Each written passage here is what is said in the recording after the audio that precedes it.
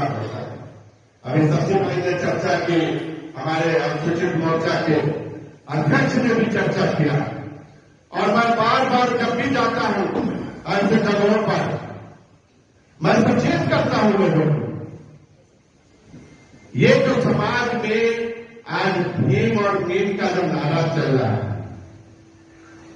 उसको पीएफआई के इतिहास, पीएफआई का जो बुक मिला है, पीएफआई की जो योजना है 2047 में गजवाए हिंद का जो योजना है पीएफआई का,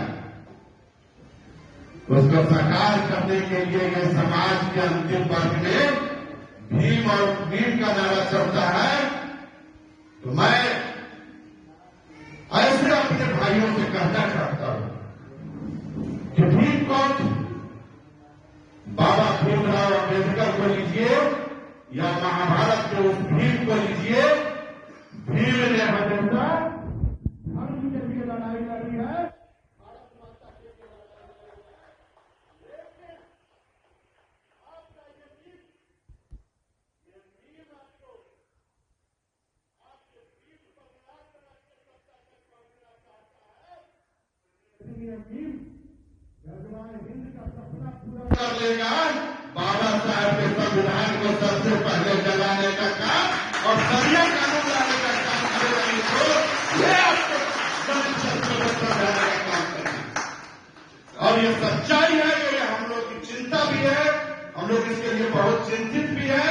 और हम लोग का जो कार्यक्रम, भारतीय जनता पार्टी का जो कार्यक्रम अभी हम लोग का पखवाड़ा चलने वाला है, उस पखवाड़ा में बूथ बूथ तक जाके हम अपने वैश्य भाइयों को, भीम भाइयों को समझाने का काम करेंगे कि हम दिन में 10 बार जय भीम करेंगे, भीम का जयकारा करेंगे, पूरे समाज में आपको अग्रणी बनाएंगे। लेकिन आप उस मीम के चंगुल से आपको मुक्त होना होगा। भीम हमेशा धर्म के साथ रहा है और भीम का हमेशा भारतीय जनता पार्टी के कार्यकर्ता की रहा है।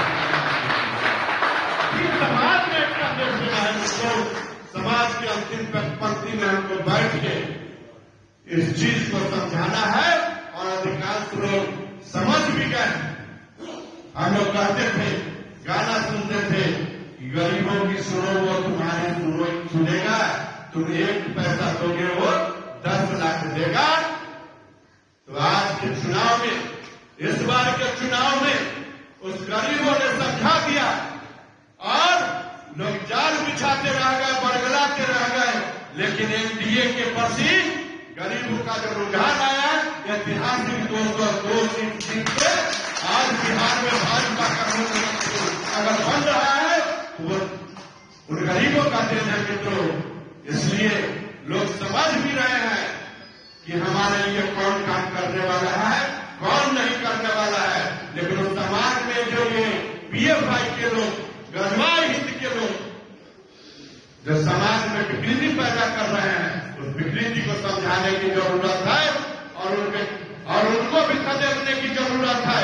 और उनको बता देना चाहिए कि जब तक इस देश का सशक्त नेतृत्व भाजपा के हाथ में है, आदरणीय प्रधानमंत्री मोदी और योगी जैसे नेता और अम्बेडकर विचारों को, अम्बेडकरवादी विचारों को जमीन पर उतारने का उन्होंने संकल्प लिया है, उनके रहते तुम्हारा गजवाए हिंद का सपना कभी पूरा नहीं होने वाला है, कभी पूरा नहीं होने वाला है।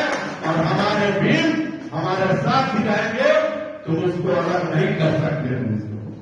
तो निश्चित